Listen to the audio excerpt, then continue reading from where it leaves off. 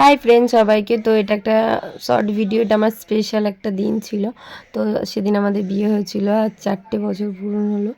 তো সেরকম কোনো সেলিব্রেশন করিনি, যেহেতু মাদের একটু অসুখ চলছে, কোনো কিছু খাওয়া দাওয়ার ব্যবস্থা করিনি।